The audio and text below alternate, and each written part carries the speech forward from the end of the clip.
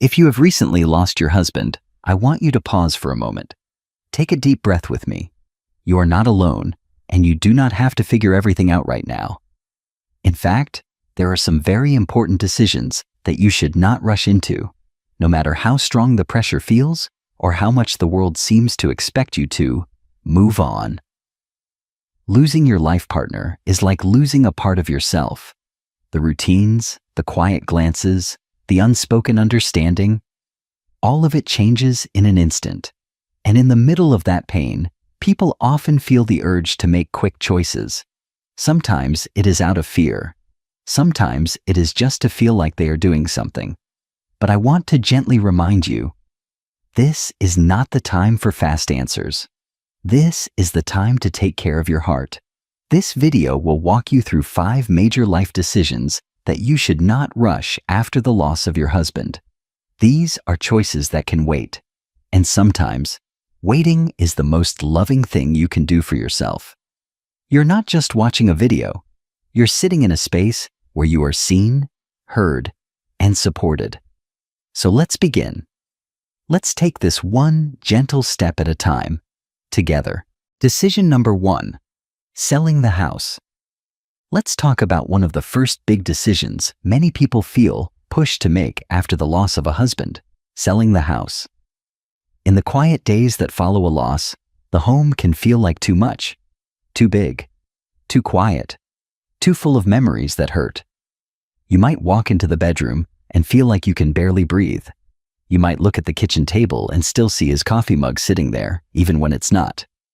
There is an ache in the space that used to feel like comfort. And for many, the instinct is to escape it, to move away from the pain by changing the environment. It is a completely human reaction. You might also hear voices around you, family members or friends, saying things like, "You should sell the house," or "You don't need all this space anymore," or "It's time for a fresh start." They usually mean well. They want to help you feel better. But grief does not move on a schedule, and the decision to leave the place where your life was built together, that decision is one of the deepest, most emotional choices a person can face. So here's the advice. Plain and gentle. Do not rush to sell your house. Not in the first few weeks. Not even in the first few months, unless there is an urgent reason. Here is why. In the early stages of grief, your heart and your mind are not fully connected. You are trying to survive, not strategize. Making a major life change during this vulnerable time can lead to regret later, especially if you feel like you made the choice just to escape the pain, not because it was truly right for you. Your home is more than walls and windows. It is the place where you laughed, argued, danced, cried, celebrated birthdays, decorated Christmas trees, and held each other close during long nights. That space holds energy. It holds memories. And while those memories may hurt right now, raw and sharp like broken glass, there may come a time when they bring comfort, not just sorrow. You might find that what feels overwhelming today becomes a source of peace tomorrow. The living room, where you once felt his absence so deeply, may eventually become the place where you feel his presence most strongly. Sometimes, grief has a way of turning pain into presence, but only if we give it time. And here's something else to consider. When people sell their home too quickly after losing a loved one, they often find themselves in a new place that doesn't feel like home. It feels unfamiliar, isolated, and that can compound the grief instead of helping it. What was meant to be a fresh start can become another layer of loss. This is not to say you should never move. For some, eventually, a new environment really does bring healing, but the key word is eventually. Not immediately, not under pressure, not while your heart is still in shock. So give yourself permission to wait. Even if people around you are urging action, remember, this is your life, your process, your healing. You are allowed to take your time, and if the house truly becomes too much to manage, physically, financially, or emotionally, Seek help. Talk to a counselor. Speak with a trusted advisor or family member. Walk through the pros and cons slowly with someone who will listen more than they speak. You do not need to make a final decision while your heart is still bleeding. Right now, the most important thing you can do is care for yourself. That means resting. That means crying when you need to. That means letting your home wrap around you, not force you to act before you are ready. Remember, staying in the house for now does not mean you are stuck in the past. It simply means you are allowing space for the future to come into focus, gently, slowly, and in your own time. You are not just a widow. You are a whole person learning how to live again after loss. And every decision, including this one, deserves patience, compassion, and care. Decision number 2, making big financial moves or investments. Now let's talk about money, one of the most overwhelming and confusing parts of life after loss. When a husband passes away, especially if he was the one who primarily handled the finances, you may suddenly feel like you've been handed a pile of papers written in a language you don't speak. Bank accounts, insurance claims, retirement funds, bills you didn't even know existed. It can feel like standing in the middle of a storm, unsure which direction is safe. And during this time, you may hear people, even well-meaning ones, telling you, you need to invest that life insurance payout, or you should move your money now before it loses value, or don't let it just sit there. Maybe someone even offers to help you with an investment or urges you to buy something quickly, like a condo, a car, or even a new home. But here's the truth you need to hold on to right now. You do not have to do anything quickly with your money. In fact, you should not. Grief clouds judgment. That is not a flaw. It is a fact. Your heart is broken. Your mind is in survival mode, and making fast, emotional decisions with large amounts of money can be risky, sometimes tragically so. There are far too many stories of widows being taken advantage of in their most vulnerable state. They trusted someone they thought had their best interests at heart, a financial advisor, a relative, even a friend, only to discover later that their savings were lost, or that the deal they agreed to didn't actually protect them. So, let's slow it down.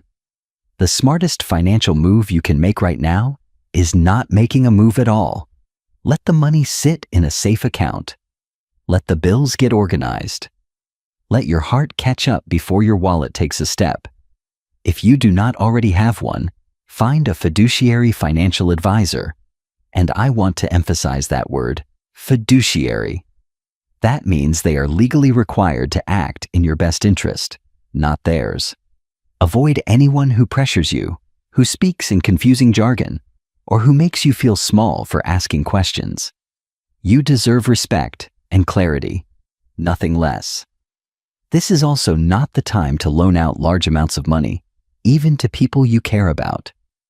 It may be tempting to feel generous or helpful in the middle of your grief, especially if someone says, "I know you just received that insurance check, and I could really use a little help." But remember, this money is meant to support you, not to ease someone else's burden. Not right now.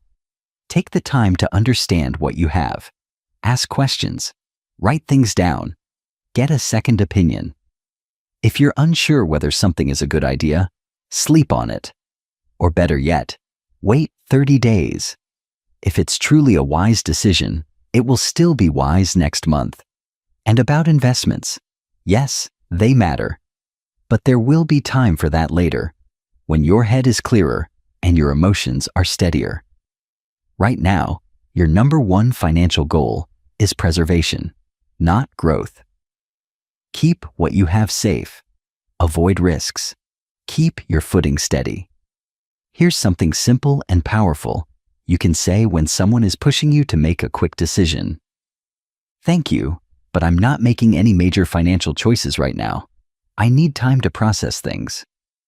That sentence is enough. You owe no one an explanation beyond that. This time in your life is not about transactions. It's about transition. And every transition deserves time, space, and a gentle pace. Money is emotional. It is tied to memory. It is tied to trust. And after losing someone you shared your entire life with, it is okay. It is more than okay to move slowly. You do not have to figure it all out in 1 week or even in 1 month. You are doing enough just by waking up each day and breathing through the pain. So give yourself permission to wait, permission to ask for help, and the wisdom to know who to ask. Let your money rest in a safe place while you find your new footing. You're strong, you are smart, and you are capable of managing your finances in your own time, on your own terms. Decision number 3. What to do with his belongings. There is something sacred about the things he left behind. His jacket hanging on the hook by the door. His shoes still tucked under the bed. That old flannel shirt he always wore on chilly mornings. The scent of his cologne still faint in the closet, like a whisper that refuses to fade. These are not just objects. They are pieces of memory. And now you may be wondering, what am I supposed to do with all of this? Let me say something clearly and with care. You do not have to give anything away right now. Not his shirts, not his watch, not his books, or his favorite coffee mug. Not until you are ready. Not because someone tells you it's time. Not because you feel pressured to move on. People around you might mean well when they say things like, "It'll help to clear things out," or "It's time to start fresh." But grief does not run on a timeline, and healing is not something you can force by cleaning out a closet. Sometimes people rush to donate or discard a loved one's things because it feels like the only way to escape the pain. But later, sometimes much later, they feel regret. A sweater they wish they had kept, a letter they wish they had read one more time, a pair of glasses, a pair of socks, a simple keepsake that held more weight than they realized. So here's the truth. There is no need to hurry. It is perfectly okay to live with his belongings for a while, weeks, months, even longer. To let them sit exactly where he left them. To feel his presence in those small, familiar things. That is not being stuck in the past. That is being gentle with your present. Sometimes, the shirt hanging in the closet becomes a form of comfort. Something you touch on your hardest days, just to feel close to him. Sometimes, sitting in his chair with a cup of tea brings a kind of peace that nothing else can offer. These items can be companions in your grief, not obstacles to your healing. And when, and only when, you feel ready, you can begin to make thoughtful decisions, not all at once. Maybe you start by packing away just a few things. Maybe you make a memory box. One drawer, one shelf, one small step at a time. And even then, you can keep as much or as little as you need. Here's something that may help. Give yourself categories. What do I want to keep close? What can I store for now, to decide later? What am I ready to give away with love? And remember, it is okay to change your mind. Grief isn't linear.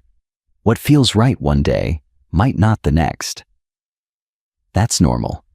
You can also invite someone you trust to sit with you while you sort. Someone who won't rush you, won't push you. Someone who can listen while you share stories as you hold each item in your hands. Because this is not just sorting through stuff. This is honoring a life. This is a quiet kind of love. If you choose to give something away, you might find comfort in donating to a cause he cared about, or passing a special item on to a grandchild or a friend. You can write a note to go with it. Share the story, the memory, the meaning. That way, a piece of his story continues. And if you decide to keep it all for now, that is okay too. There is no right way to do this. Only your way. The things he left behind are more than material. They are threads in the fabric of the life you built together. Some of them will always belong with you. not because you're holding on to the past, but because they're part of your story, part of your love. So take your time, be gentle with yourself, and let your heart guide the pace. You are not alone in this. Millions of women have stood where you stand now, holding a shirt or a book or a set of keys, unsure what to do next. And many have found that in time, the answer comes quietly, softly, with love. Decision number 4, moving closer to family. After losing a husband, one of the first things family often says is, "Come live near us. You shouldn't be alone." And maybe they are right. But maybe, just maybe, it is not time to decide that yet. The idea of moving closer to your children, your grandchildren, or siblings can sound like a comfort, a safety net, a new beginning surrounded by familiar voices. And in some cases, it truly is a beautiful decision that leads to deeper connection and renewed purpose. But the timing is everything. You are still grieving. Your heart is still learning how to function in this new, unfamiliar rhythm of life without your partner.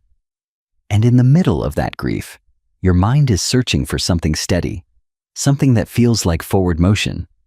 Moving often seems like the answer. A change of scenery, a fresh start. But here's something important to remember. A new zip code will not fix a broken heart. Grief follows you. It does not stay behind when you pack up the boxes. And sometimes, people move too quickly, only to find themselves in a place that doesn't feel like home, surrounded by loved ones, but feeling more alone than ever. Before making this decision, ask yourself, am I moving towards something that feels right for me? Or am I running away from pain I'm afraid to face here? Do I feel a sense of peace when I imagine this move? Am I being honest about what I need right now, not what others want for me? The truth is, people mean well. They love you. They worry about you. They want to feel like they're doing something to help.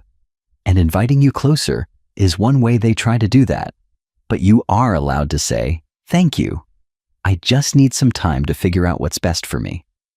Living near family can be wonderful, but only if you are ready for it. Only if the idea brings you calm, not pressure. Only if you feel like you are choosing it, not being swept into it. Here is a gentle suggestion. Instead of making a permanent move right away, try visiting for a few weeks. Stay with them. Walk the neighborhood. Sit with the quiet. Notice how your body feels. Notice what your heart says. You do not need to uproot your life before you've had a chance to breathe where you are. Also ask, what support systems do I already have here? Friends, neighbors, church groups, doctors, the people and places that know you. Those things matter more than we realize, especially when we're fragile. And if the place you live now holds memories of him, it may also hold you. The version of you who built a life. The routines that still hold meaning. That may be painful now, but in time, that pain may shift. What hurts today may someday feel like sacred ground. You're not required to prove anything to anyone. You're allowed to not know yet. You're allowed to stay still and let the answer come in its own time. Because here's the truth. Moving is not just a physical change. It is an emotional shift. It requires energy, the very energy you may not have right now. Grief is a full-time experience. Be careful not to overload your heart with too many transitions at once. So take your time, take your space, and trust that if moving is truly right, the clarity will come, not from fear or pressure, but from peace. You have permission to wait. And remember, the people who love you most will understand, if they truly want what's best for you, they will give you the room to heal in your own way.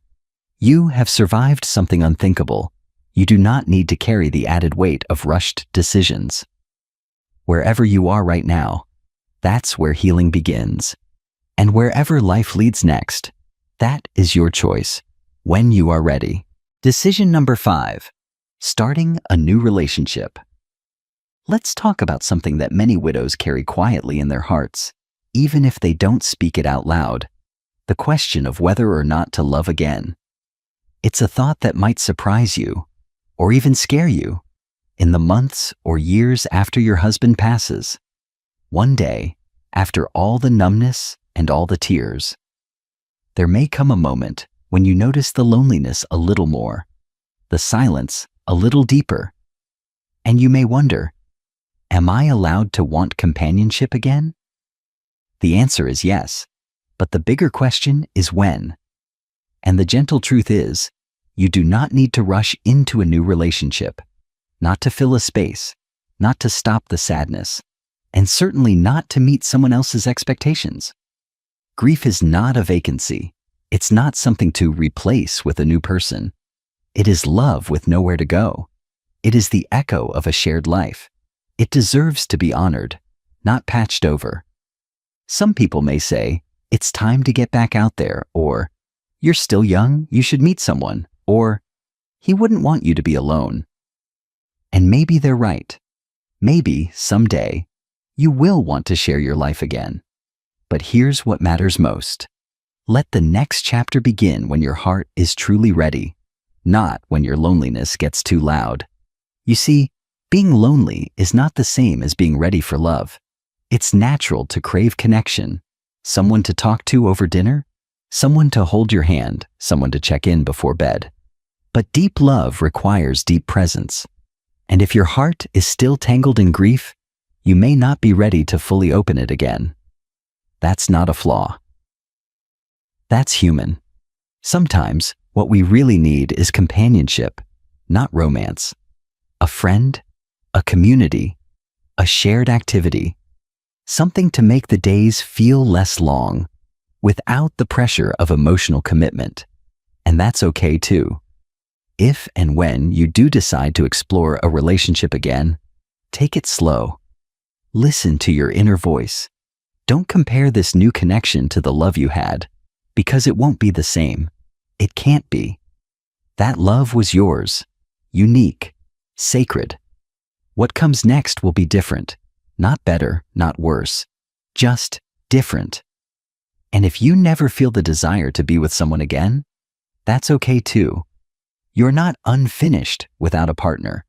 You're not incomplete. You're still whole, still valuable, still deeply loved, with or without romance. Here's something you can gently say to yourself or to others when the question comes up.